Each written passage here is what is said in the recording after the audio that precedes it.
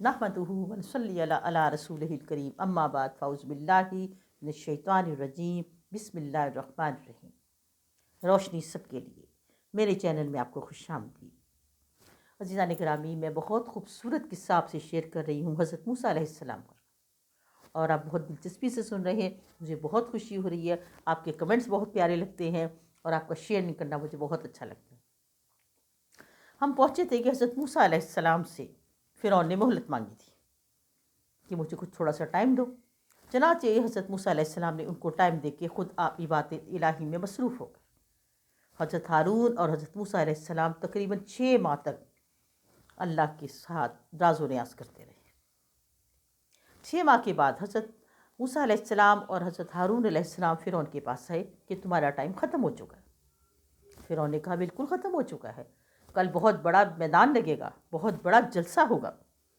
चनाचे उसने कल का टाइम दे दिया और अपने महल के सामने एक बहुत बड़े मैदान में तमाम बनी इसराइल को, तमाम कप्तियों को इकट्ठा कर लिया और अपने 12,000 जादूगर, रवायत में आता है कि 12,000 जादूगर उसने तैयार किए थे।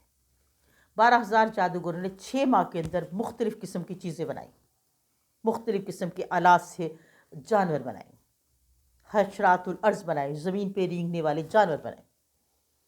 चनाचे अगला दिन हुआ, दोपहर का टाइम था, मैदान सज गया। हज़रत मूसा अलैहिस्सलाम और हज़रत हारून अलैहिस्सलाम अपनी रूटीन के मुताबिक आ गए। बनी इसराइल और कब्ती बहुत बड़ी तादाद में मौजूद थे। उधर फ़िरौन लानतुल्लाह अपने तख़्त पे बैठा हुआ तमाशा देखने लगा। तमाम जादूगर बड़े फ़ख्र के साथ आए और फ़िरौन से कहा कि हमें इजाज़त दो। फ़िरौन ने कहा मेरी तरफ से इजाज़त है। जादूगरों ने हज़रत मूसा अलैहिस्सलाम से कहा कि तुम अपना जादू दिखाओ। हज़रत मूसा अलैहिस्सलाम ने कहा मेरे पास तो कोई जादू ही नहीं है, मैं तो जादू करने ही नहीं आया हूँ, जादू तो तुमने करना है, तुम अपना जादू पेश करो। अज़ीज़ान गिरामी, तमाम जादूगरों ने अपने जो जो कुछ बनाए थे ज़मीन पर फेंक दिए। वो ऐसा लग रहा था कोई सांप बन गया, कोई बिच्छू बन गया, कोई चीज़ बन गया। वो मुख्तलिफ़ किस्म की जो रस्सियाँ ज़मीन पे उन्होंने डाली थी, वो जादू के ज़ोर से कोई सांप बन गई थी, कोई बिच्छू बन गए थे, ज़मीन पे फिरने लगे। 12,000 जादूगरों ने ये तमाशा किया था। हज़रत मूसा अलैहिस्सलाम ये तमाम तमाशा देखते रहे। तो जादूगरों ने कहा मूसा तुम अपना तमाशा भी तो दिखाओ ना।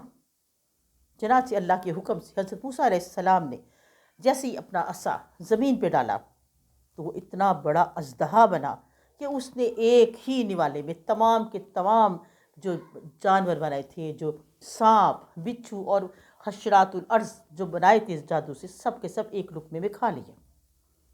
और इधर उधर जितने भी उन्होंने आलात उनके पास थे जादू के, सारे के सारे उन्होंने एक ही निवाले में उसने खा ली, अजदहे ने। उसके बाद जब ये फ़िरौन ने देखा तो फ़िरौन अपने तख़्त से उठकर भागा।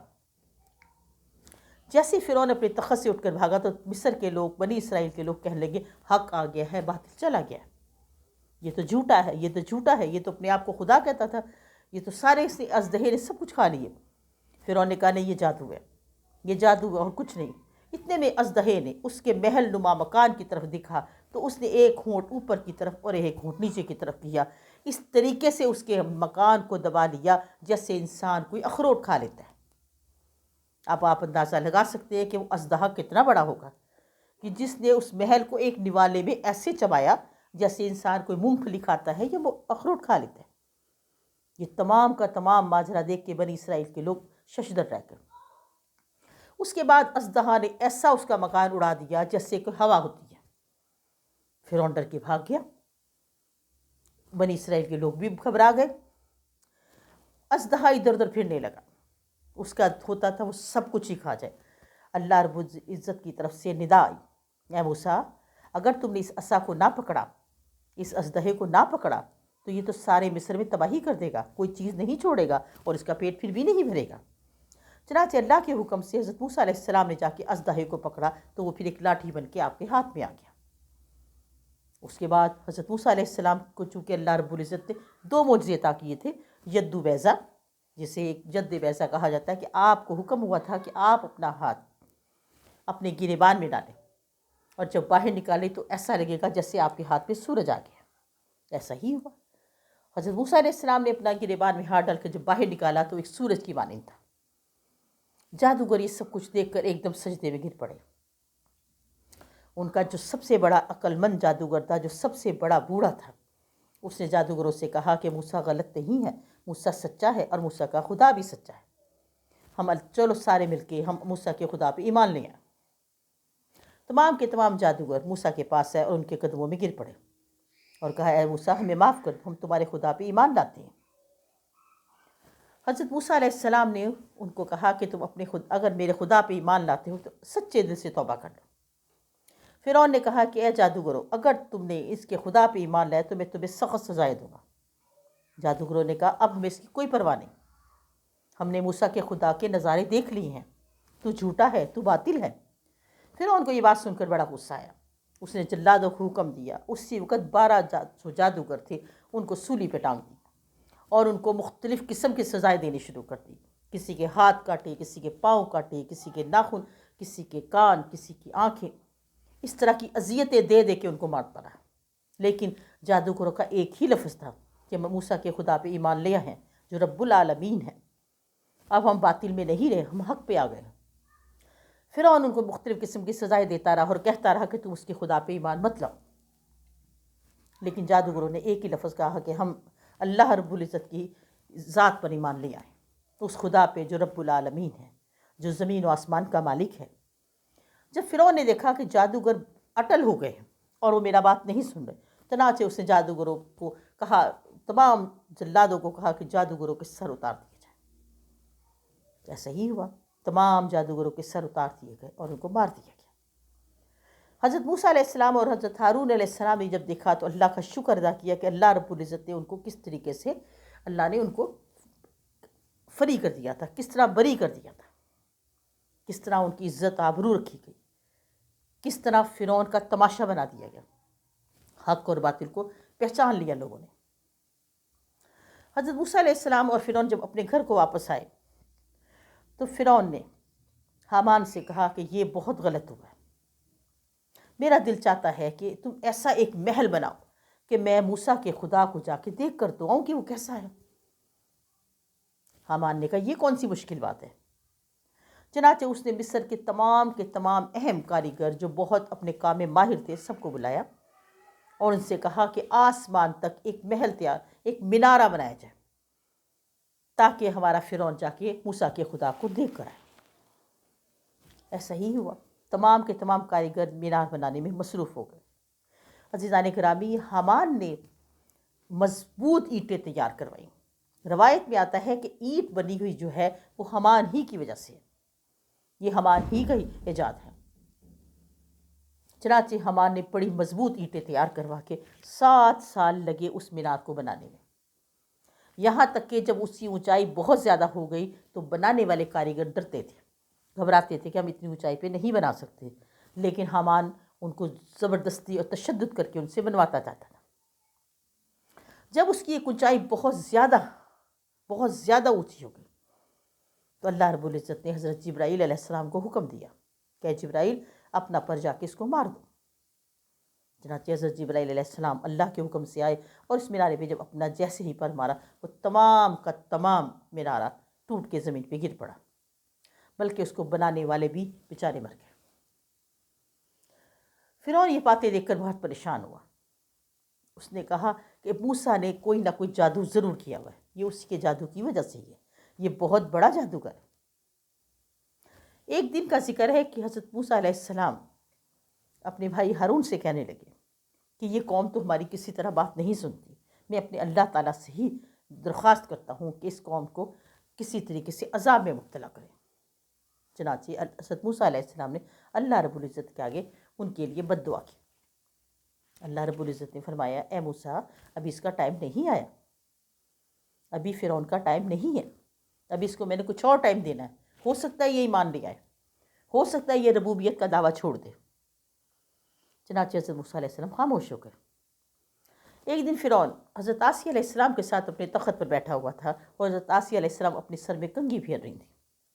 अचानक उनके हाथ से कंघी ज़मीन पे गिर गई और उन्होंने कंघी बिस्मिल्लाहिर्रहमानिर्रहीम करके ज़मीन से उठाई। जो ही बिस्मिल्लाहिर्रहमानिर्रहीम फ़िरौन ने सुनी तो कहने लगा, आसिया, मुझे लगता है कि फ़िरौन को छोड़कर मूसा के खुदा पे ईमान लाई हो। اس نے کہا مردود میں تو کبھی بھی تجھ پہ ایمان نہیں لائی تھی، میں نے تو تجھے کبھی بھی خدا تسلیم نہیں کیا تھا، ہاں میں تو جب سے ہی اس موسیٰ کے خدا پہ ایمان لائی ہوں، جب سے مجھے پتہ چلا، میں تو تجھے کبھی بھی اپنا خدا نہیں سمجھا۔